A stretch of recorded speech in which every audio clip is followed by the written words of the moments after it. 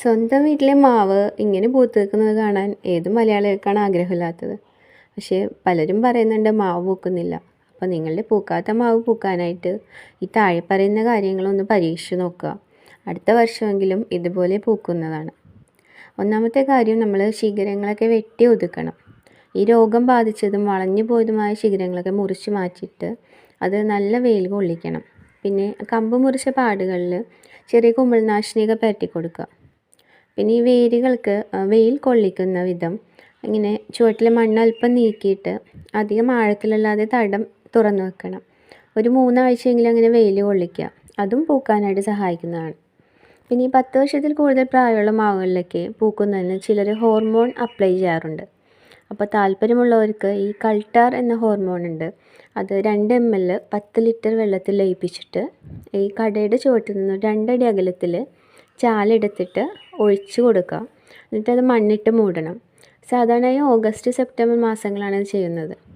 നെറ്റിഫോൺ എന്ന് പറയുന്നൊരു ഹോർമോൺ ഉണ്ട്.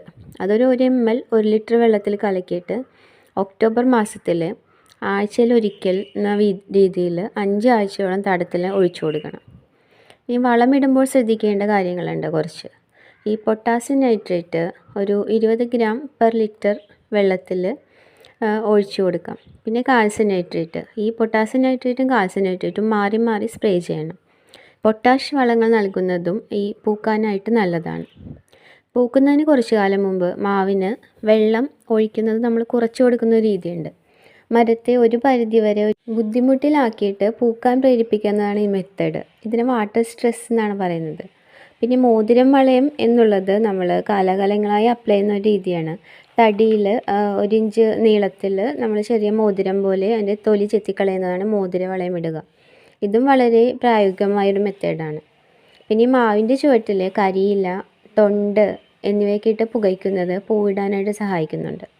ഈ സമയത്ത് തടത്തിൽ നനവ് നിലനിർത്തുക എന്നത് വളരെ അത്യാവശ്യമാണ്. ഇനി മാവ് നടാനായിട്ട് വാങ്ങുന്നവർ കേരളത്തിലെ കാലാവസ്ഥയ്ക്ക് ഏറ്റവും അനുയോജ്യമായ മാവിനങ്ങൾ തിരഞ്ഞെടുക്കുക എന്നതാണ് നമ്മൾ ഏറ്റവും ആദ്യം ചെയ്യേണ്ട ഒരു കാര്യം. അപ്പോൾ ഇത്രയൊക്കെ ചെയ്താൽ അടുത്ത വർഷം നിങ്ങളുടെ മാവും പൂക്കും കേട്ടോ. എല്ലാവർക്കും ചാനൽ ഇഷ്ടമായെങ്കിൽ ലൈക്ക് ചെയ്യുക, സബ്സ്ക്രൈബ് ചെയ്യുക. താങ്ക്